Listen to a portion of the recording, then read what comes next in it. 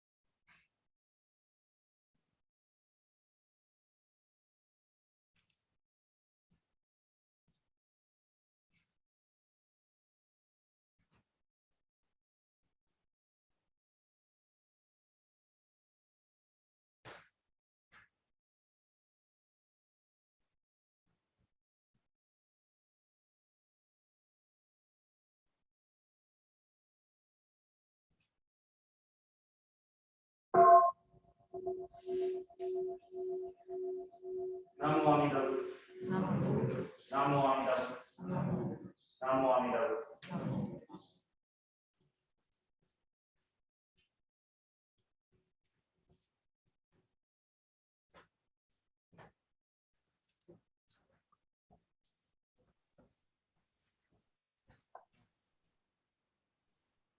Please find the laminated sheet in the service book.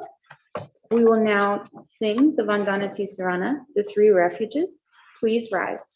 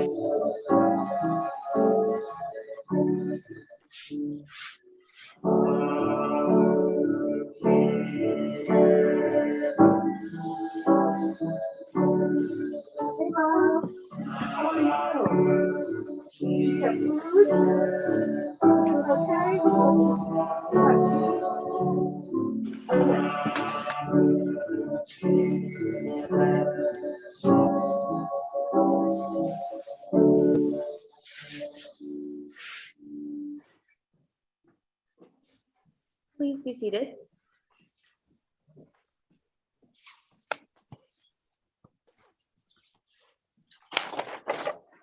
Please turn to page 29 in the service book.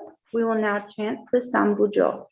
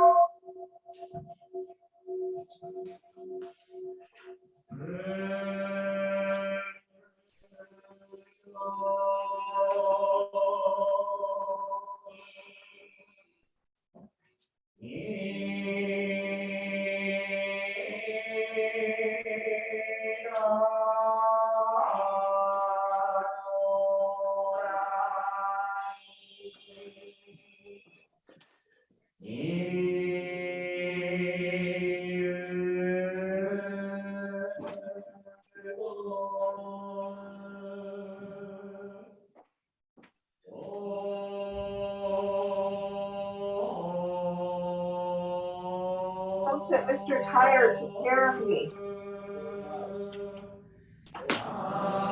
Oh, just the cold air made my tires deflate.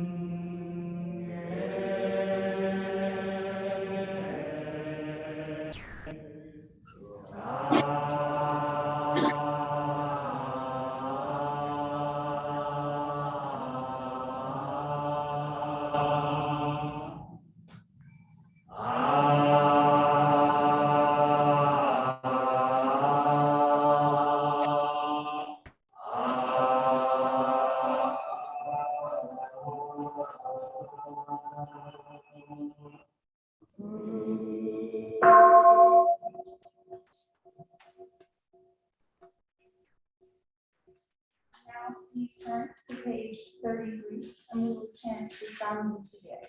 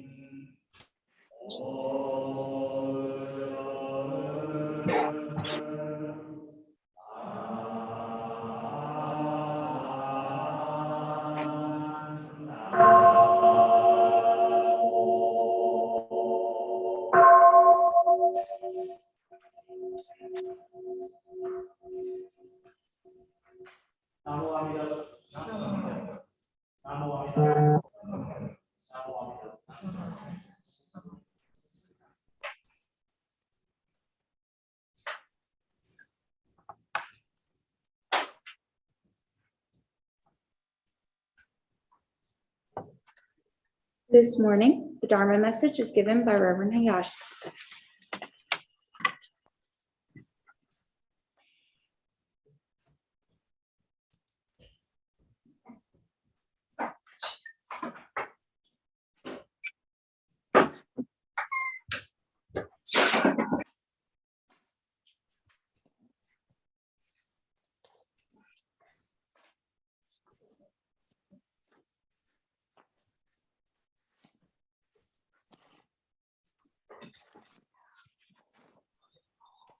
All right.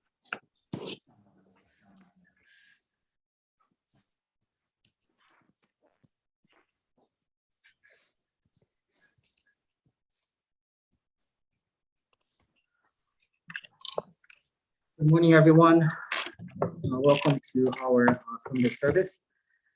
Good morning to those who are participating through Zoom and YouTube as well. So, as it was announced, today we observe a very special day, which is a Bodhi day, which is the Bodhi day. So Shakyamuni Buddha in India, he abandoned the world, the secular world at the age of 29. And he basically practiced kind of difficult practices. You know, he went into the woods and practiced asceticism for 6 years. However, he could not find a solution to his problem. So he left his practice and he contemplated under the Bodhi tree, the tree called Bodhi tree. According to the history, on the 49th day, he awakened he realized the universal truth. And this is when Buddhism started. As you may know, Shakyamuni Buddha did not just sit under the Bodhi tree quietly, but he had to confront such demons of delusion as Mara inside himself that was preventing him from discovering, from seeing the truth. Shakyamuni Buddha overcame the demons inside himself and saw the truth, and we celebrate that on this special occasion of Bodhi Day. And today is also an occasion to reflect on the profound truths that are offered by the world every moment in our daily lives. So the other day, I was in line waiting for my groceries to be checked out at Safeway near where I live. And I heard a conversation between a child and his father who were waiting in front of me.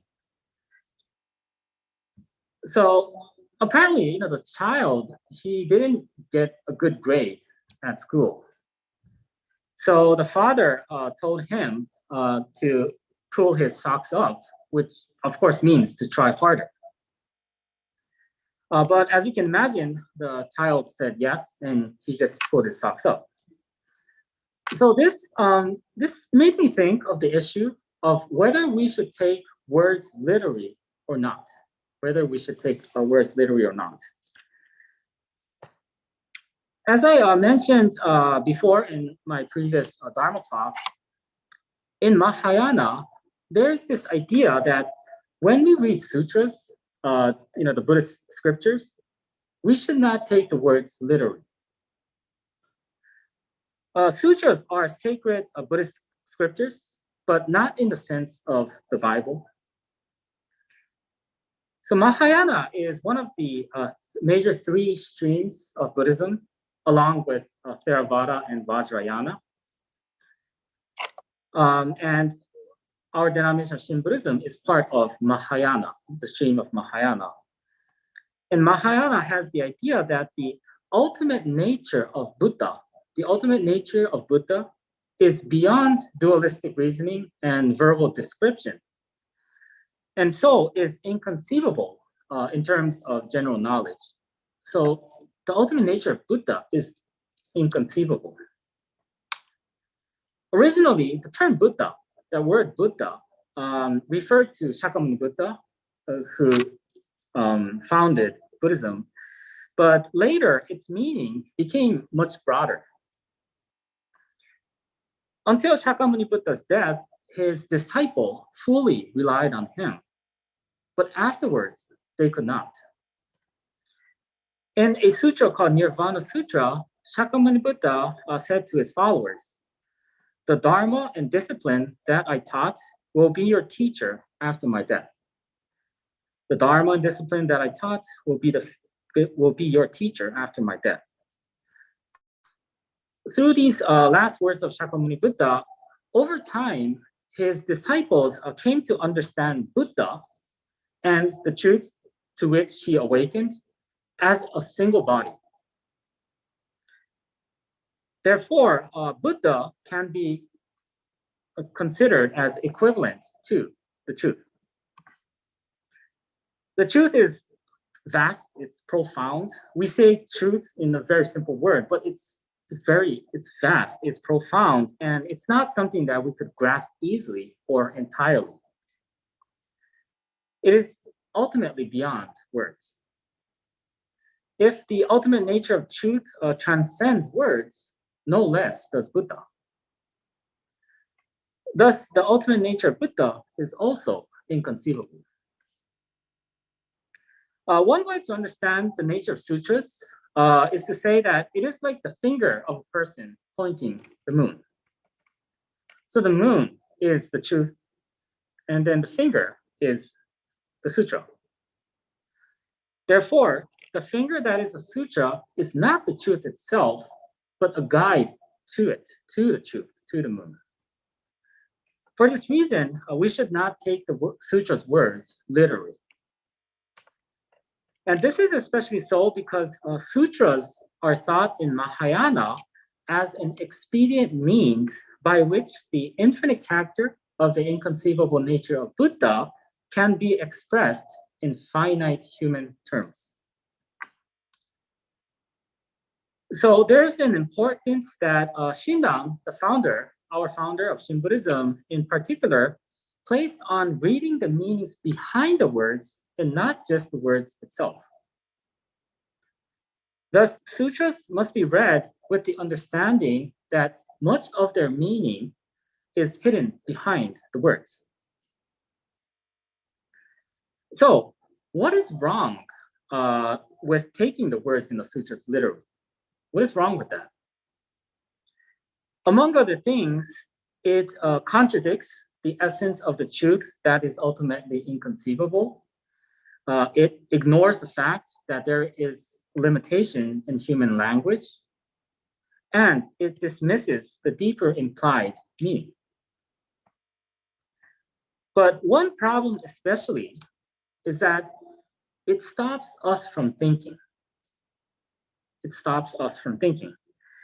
This is not only an issue when reading sutras, but it is also an issue in life in general because thinking is a burden. It is our nature that we take something at its face value because we want to avoid the burden of thinking. An example is the inbox zero. Many of you may be familiar with this concept of inbox zero. According to a writer, Vishal Kataria, inbox zero was first introduced by a person named Marilyn Mann, and was a process to handle the large number of emails that companies get, which hindered their productivity. For a time, it was extremely popular, and there was a lot of books and articles were written about how to use that inbox zero. However, over time, what happened was that people began to concentrate on just keeping their emails in their inbox at zero. So they would answer their emails as soon as it came in, but this would often just create even more emails. And this problem got so big, and people started to criticize Marilyn until he finally responded by saying, people had taken the concept of inbox zero literally. Inbox zero doesn't literally mean having zero emails in your inbox because that is impossible. Emails will keep coming. It means building a process to ensure that your outgoing emails are more than the incoming ones. Bringing tasks to their conclusions was more important than having a clean inbox. So people who took the concept of inbox zero literally did not really think what Marilyn was trying to say. By not thinking, they just increased their workload, confusion, and anxiety. They also limited their potential to progress. For this reason, especially in today's world, where things have become so much easier with computers, iPhones, and other devices, it is extremely important to be aware of the importance of thinking. However, in order to do so, we have to be aware of how much we don't think, but take things literally instead. When we become aware of how we tend to take things literally, the awareness allows us to see the importance to pause and to think. When we are able to pause and think, we can gain a better and deeper understanding of things. And when we have a better and deeper understanding of things, then We can not only avoid such unnecessary anxiety, confusion, and other problems in our everyday lives, but we can also improve, develop, and progress. I would like to conclude my Dharma talk with a reading.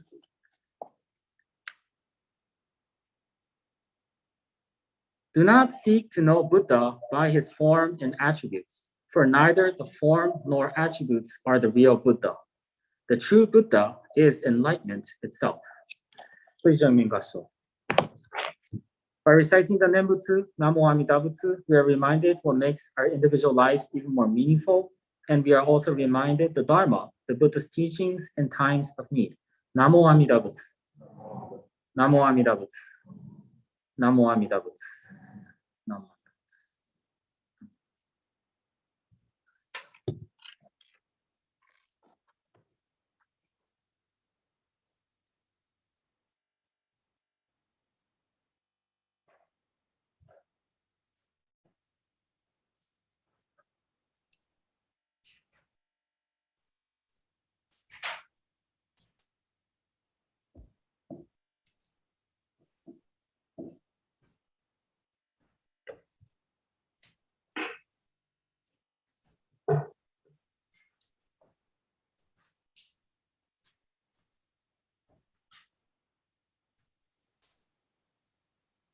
During this part of the service, we participate in the ritual of Oshoko, traditionally the burning of incense. However, due to the interim policies of the board and the influence of the COVID virus, incense burning is not being allowed due to the handling of the incense pieces and the resulting smoke. We invite you to come to the front table, offer gassho, and, if you wish, place any dana, which is our offering of gratitude to the Buddha, the Dharma, and the Sangha, in the bowl on the table. Please approach mindfully with safe distancing. Once finished, please return to your seats via the side aisles.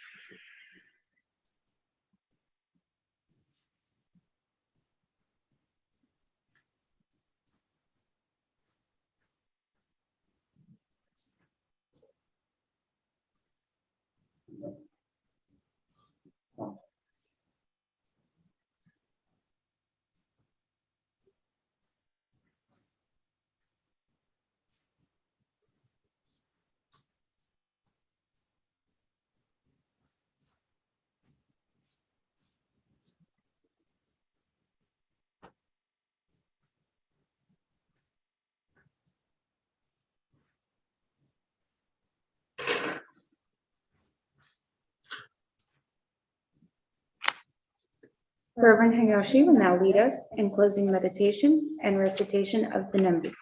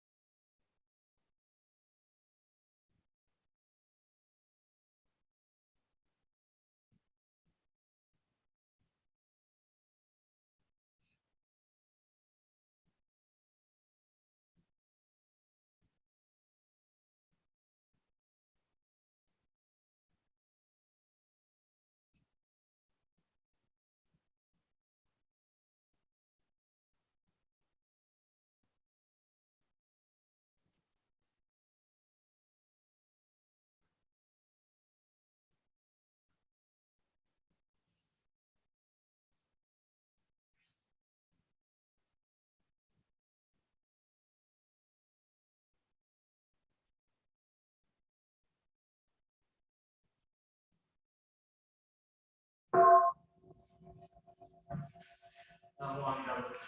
Namo Amida Butsu. Namo Amida Butsu.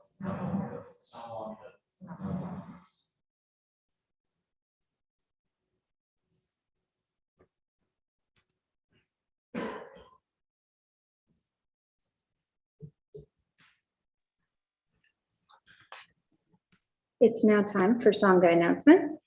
I am very pleased to begin by introducing you to your new 2022 Board of Directors. I'd like to start by expressing our gratitude to our honorary board member from BDK, Mr. Yamashita. We are very grateful for your continued support and input. The remainder of your board this year will be Maya Horio, Pilar Ullman, Roger Scott, Frank Swithers, Tom Cray, and trustees will be Rich Wolford and Jane Bleckman. And then Andrea Chapman will also be another board member. If you would please, could the new board members come forward to take the oath of office to serve as the new board of directors?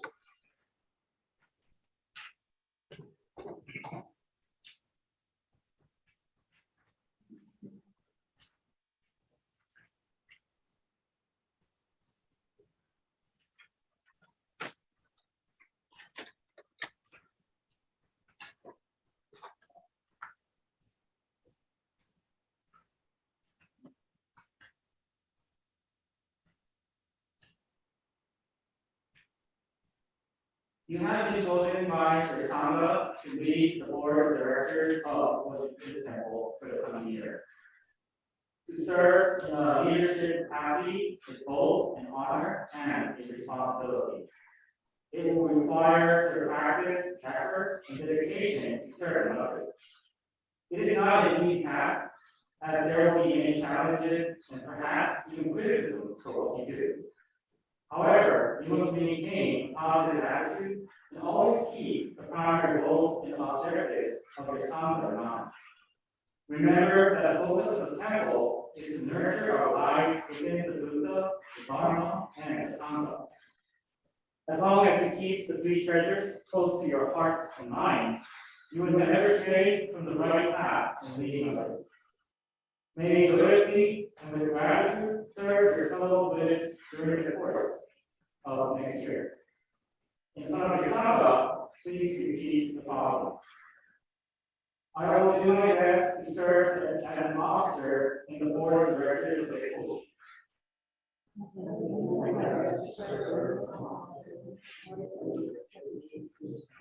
I will strive to be considerate to all and to be a leader by example more than words.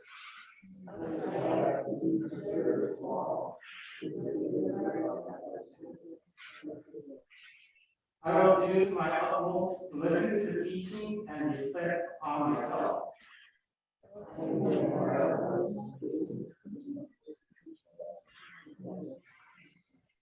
I will serve my Sangha with joy and gratitude.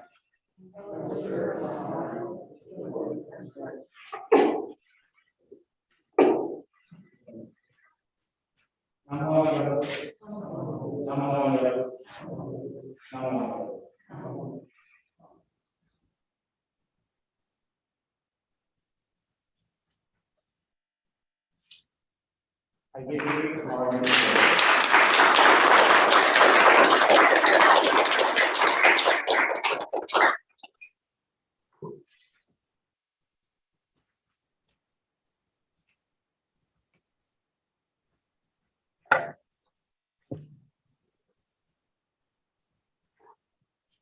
The new board is looking forward to partnering with Reverend Hayashi, the minister's assistants, and lay leaders to continue bringing the Buddha Dharma to the DMV. We thank you in advance for your support and service. I also want to take a moment to thank those of you who helped with our monthly temple cleanup this morning. Bob, Pilar, Tom, and Roger, and anyone else that I might have missed. I was a bit distracted. Our Bodhi Day service will be followed by the Dharma Discussion group. Any in-person members that wish to join are more than welcome to do so. However, due to the sensitivity of the microphone, we ask that any other conversations be held in the foyer because it is picking up on background conversations. If you will be joining us in person for future services, we kindly remind you to RSVP or join the wait list so that we can allow adequate spacing between households. Our in-person meditation group convenes on Thursday evenings at 7:30 here in the Hondo. Newcomers are encouraged to arrive a little bit early. We hope you will save the date and join us on New Year's Eve for our candlelight service at 7:30 p.m. And then again on Sunday, January 2nd at 11 a.m. to celebrate the new year. We will not be having a service on January 1st this year. We will be having the New Year's Eve service followed by Sunday service on January 2nd. Please go to our website if you would like to order a candle for the candlelight service. Also, the Hayashi family is making mochi in celebration of the New Year's. We ask that you reserve yours by December 10th via email, and you can pay when you pick up on New Year's Eve. Our end of the year solicitation is underway, and we do humbly ask that you please consider making a tax-deductible donation to Ekoji. Every dollar counts, so please donate as you can. We hope that you will help yourself to the bagels out in front of the temple. And that concludes our announcements for today. Namo